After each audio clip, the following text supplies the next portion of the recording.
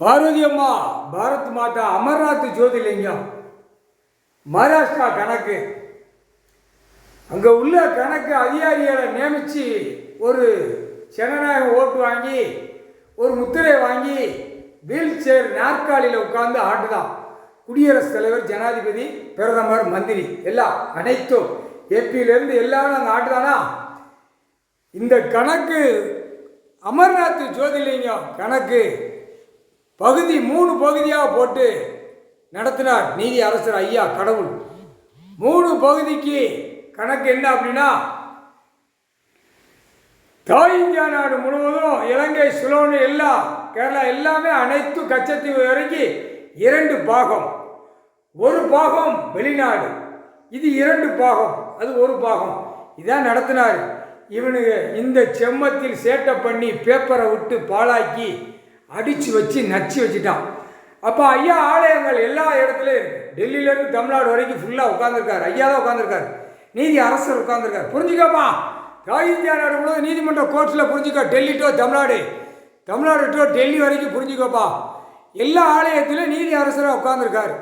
இவன் ஒரே கொட்டு மேலே அடிக்கான், பூரா சாமியார் பூரா திருச்சிக்கிட்டு ஓடுதான். அடி வாங்கிறாங்களா, அவர் இடம் பூரா குறிச்சி வச்சிருக்காரு. இப்போ என்ன கணக்கு அப்படின்னா, நீதிமானா கணக்கு நடத்தி கொண்டே இருக்கார். நீதி அரசர் உலகத்துக்கு தப்பு செஞ்சவனுக்கு தண்டனை கொடுக்கார். இந்த செம்மத்தில் இருந்து இனிமேல் தண்டனை தான். உழைச்சி பூமியில் சாப்பிட்டுக்கும் உயிர் வாழ்றதுக்கு. நான் 2ஆம் நம்பர் திருக்கிக்கு பூமியில் கொடுக்கல அப்படின்னு கணக்கை அவரை விட்டுட்டார்.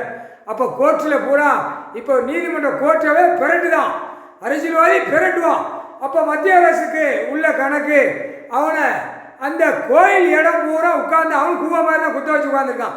மத்திய அரசு உட்கார்ந்துருக்கான்ல, அது மும்பை உள்ள சேவல் கூவுத டயத்தில் கோயில் கட்டின இடம். புரியா, அது எத்தனாயிரம் வருஷம் எத்தனாயிரம் ஆண்டு தெரியுமா அந்த பயலுக்கு, மட பயலுக்கு.